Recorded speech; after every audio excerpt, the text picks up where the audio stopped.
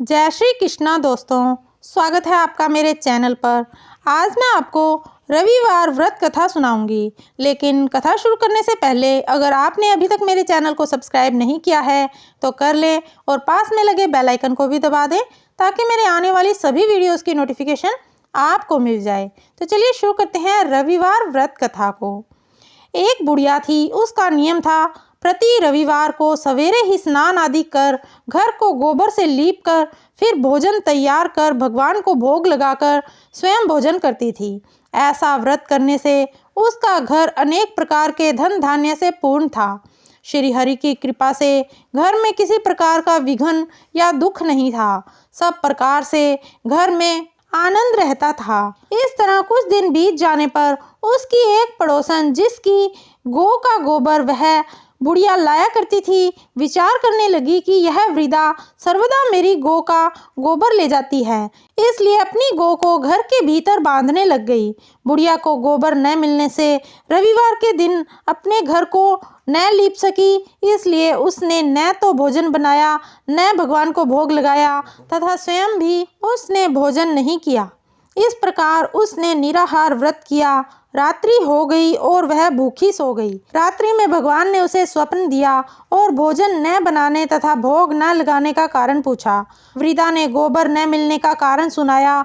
तब भगवान ने कहा कि माता, हम तुमको ऐसी गौ देते हैं जिससे सभी इच्छाएं पूर्ण होती हैं, क्योंकि तुम हमेशा रविवार को गौ के गोबर से लीप कर भोजन बनाकर मेरा भोग लगाकर खुद भोजन करती हो। इससे मैं खुश होकर तुमको वरदान देता हूँ।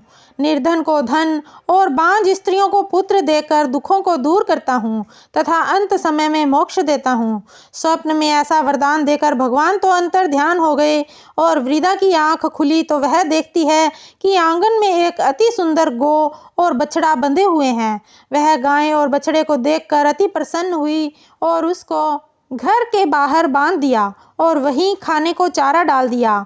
जब उसकी पड़ोसन बुढ़िया ने घर के बाहर एक अति सुंदर गौ और बछड़े को देखा तो द्वेष के कारण उसका हृदय जल उठा और उसने देखा कि गाय ने सोने का गोबर किया है, तो वह उस गाय का गोबर ले गई और अपनी गाय का गोबर उसकी जगह रख आई।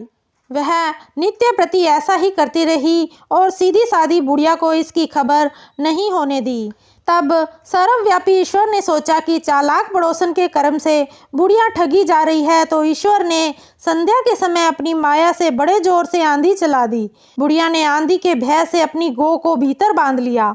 प्रातःकाल जब वृद्धा ने देखा कि गौ ने सोने का गोबर दिया तो उसके आश्चर्य की सीमा न रही और वह प्रतिदिन गऊ को घर के भीतर ही बांधने लगी। उधर पड़ोसन ने देखा कि बुढ़िया गऊ को घर के भीतर बांधने लगी है और उसका सोने का गोबर उठाने का दाव नहीं चलता, तो वह ईर्ष्या और डाह से जल उठी और कुछ उपाय न देख पड़ोसन ने उस देश के राजा की सभा में जाकर कहा, महाराज, मेरे पड़ोस में एक वृद्धा के पास ऐसी गऊ है जो आप जैसे राजाओं के ही योग्य है। वह नित्य सोने का गोबर देती है। आप उस सोने से प्रजा का पालन करिए। वह वृद्धा इतने सोने का क्या करेगी?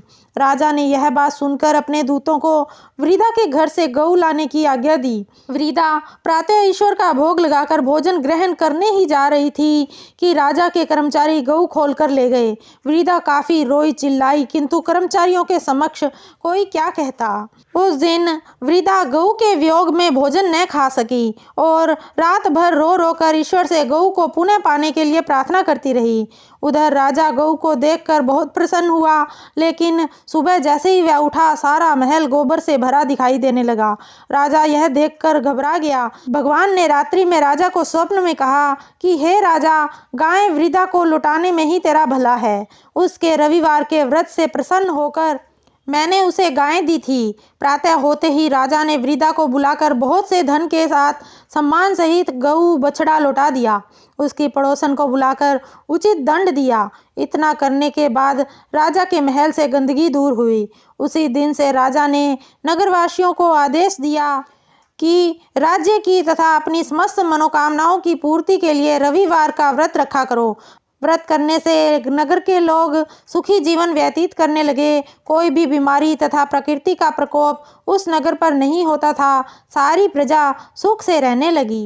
तो दोस्तों ये थी रविवार व्रत कथा। आपको ये कथा कैसी लगी कमेंट करके अवश्य बताइएगा और कमेंट में जय श्री कृष्णा और जय सूर्यदेव लिखना ना भूलिएगा। अगर आपको ये वीडियो अच्छी लगी तो इसे लाइक कीजिएगा, शेयर कीजिएगा और मेरे चैनल को सब्सक्राइब करना ना भूलिएगा और पास में लगे बेल आइकन को भी दबा दीजिए ताकि मेरे आने वाली सभी वीडियोज़ की नोटिफिकेशन आपको मिल जाए। धन्यवाद दोस्तों, मिलते हैं अगली वीडियो में। जय श्री कृष्णा।